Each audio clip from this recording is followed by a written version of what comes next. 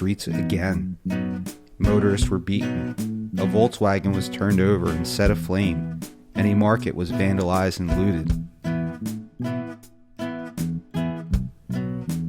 Quoting from the Daily Journal once more, "For days, the city was put under a state of emergency and businesses were required to close by 6 p.m. as a dusk to dawn curfew existed." End quote. December 15th, 1971. Assistant Attorney General Robert Fisher begins announcing the Attica indictments. All 61 were against inmates.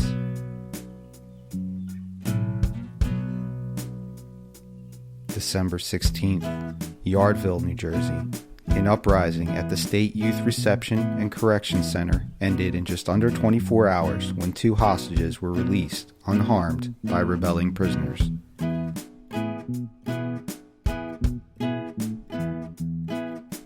Determined after investigation to be a, quote, spontaneous disturbance, 100 inmates seized and caged the center's assistant superintendent and a guard. The standoff ended after 4 local radio stations broadcast the prisoners' major grievance. They demanded an independent investigation of an alleged case of guard brutality, which they claim occurred in the prison a few days before. It was the second prison up rebellion in New Jersey in 3 weeks. A brief rebellion at Rahway State Prison ended on Thanksgiving Day when Governor William Cahill negotiated the release of 6 hostages. Both ended without violence and were merely staged to bring attention to guard brutality and unjust prison conditions. They led to a discussion on prisoners' rights in the state, particularly in the area of airing grievances. Lawmakers logically concluded a just and official process to have their voices heard would be less messy than rebellions and violence.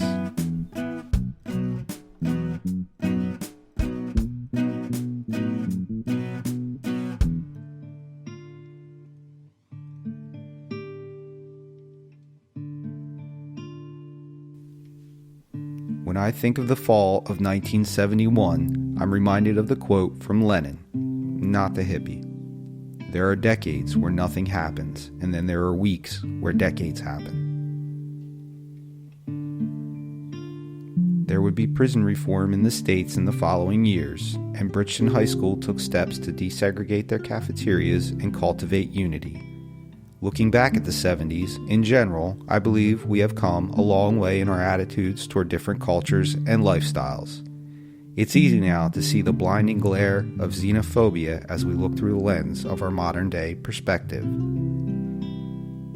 There remains, however, a large, dark, nasty, stubborn elephant in the room: systemic racism.